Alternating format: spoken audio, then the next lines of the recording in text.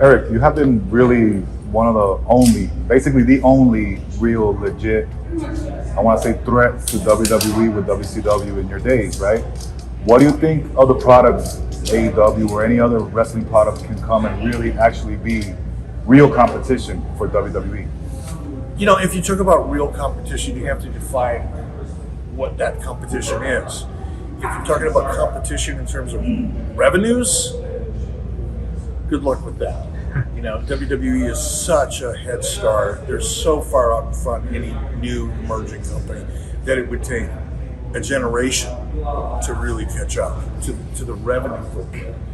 If you talk about global distribution of the product, the footprint of the brand, that too is going to, it can happen, but it's going to take a lot of time.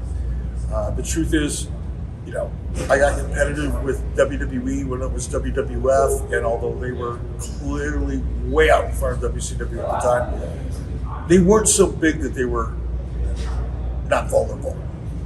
And now they become so big that while they still may be vulnerable, it's going to take a hell of an effort to make them realize you're there.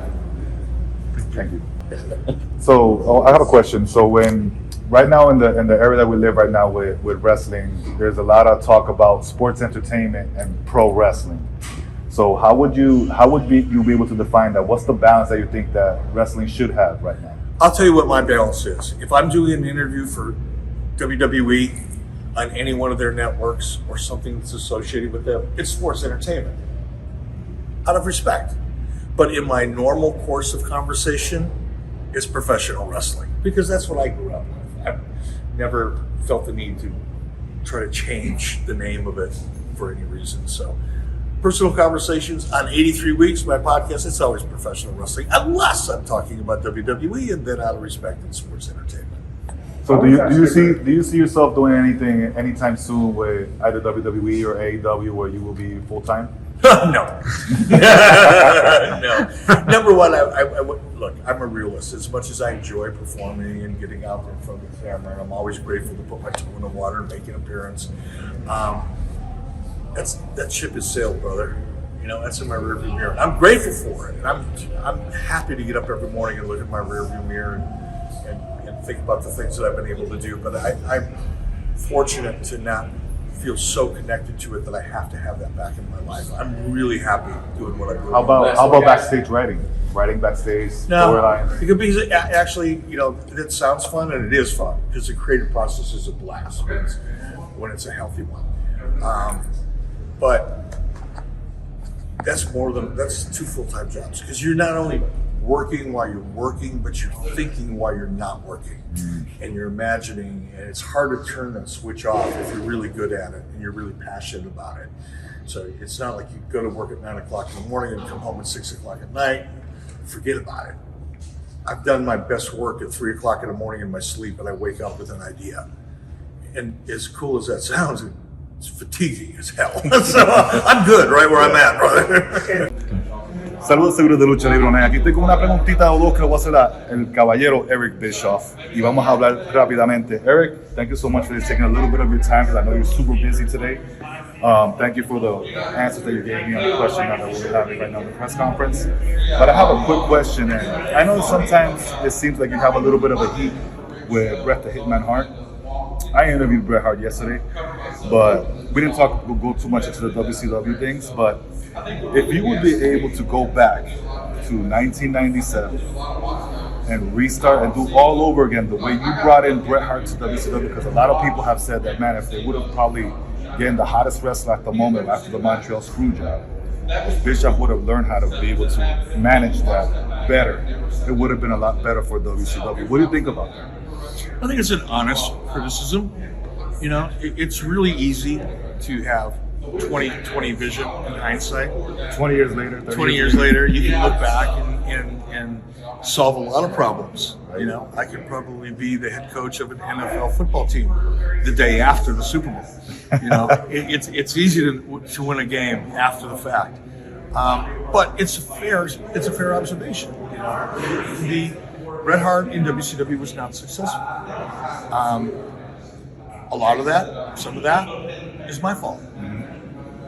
Some of it is Bret's fault. You know, you have to engage.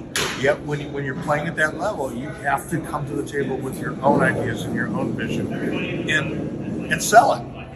And Bret didn't do that. And I wasn't good at getting it out of Bret.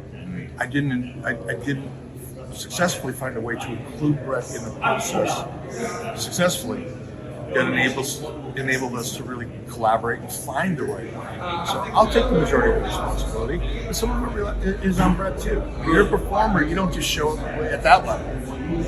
You don't just show up and say, okay, what do you want me to do today? You have to be involved in that process. And sometimes you have to force yourself into that process. Just about every top star in the history of this industry has forced themselves into that process. Very few of them, if any, just showed up and did whatever they were asked to do. So I'll take a lot of that responsibility, but some of it lies on Bret too. Well, yeah, of course, you have 30, 50 wrestlers, you have big names. So I have one last question for you so we can wrap up, because I know you're super busy. Who is or has been the hardest wrestler to work with? In a creative standpoint, however you feel, even if it wasn't creatively, it was just personally, however you want to answer that question. Who has been the hardest, or more than one person that's super hard to work with when it comes to professional wrestling or sports entertainment? Look, I've had talent that were all challenging in different ways. It's hard to pick one, but if I had to, it comes down to the only guy I've ever really enjoyed firing. I mean, I put a smile on my face. At this moment, you ask me that question, I'm getting goosebumps. I'm beginning to smile from ear to ear because I got to fire the Honky Tonk Man. And I would fire the Honky Tonk Man every single day of every single year for the rest of my life, and I would get just as much joy out of it. Wow. So there you have it, guys. I am so excited that you got excited, that you actually enjoyed firing the Honky Tonk Man. One of the greatest intercontinental champions of all time. Who cares? He's a bad Elvis imitator. Come on. Well, there you have it, people. Mi gente Lucha Libre Online. Eric, thank you so much for just being here, hanging out with me. Mike Dagger for Lucha Libre Online. Dagger out.